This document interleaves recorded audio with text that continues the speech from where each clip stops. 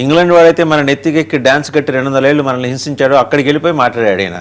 India భారతదేశంలో మొత్తం హక్కులు కాలు రాస్తున్నారు, మీరు వచ్చి కాపాడాలి. వాడు వచ్చి మళ్ళీ ఈస్ట్ ఇండియా కంపెనీ వచ్చి మళ్ళీ మనల్ని కాపాడాలట.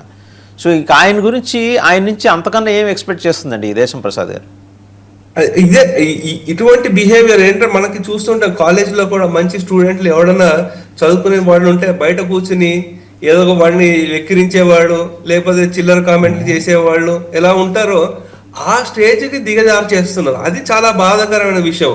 నాకు ఆశ్చర్యం ఏమంటే అయినా ప్రజలు ఇటువంటి వాటిలకి, తైలాలకి, ఫ్రీ బీలకి చూసుకుని ఇటువంటి అపోజిషన్ లీడర్ల మనకు ఉండేది. ఎక్కడ వాజ్పేయి లాంటి వాళ్ళు అపోజిషన్ లీడర్గా ఉండేవాళ్ళు, ఎక్కడ రాహుల్ గాంధీ వాళ్ళు.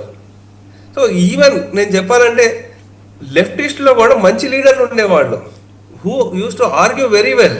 హరికిషన్ సింగ్, సూర్జిత్ గారు, నమ్ముద్రిపాది గారు గొప్ప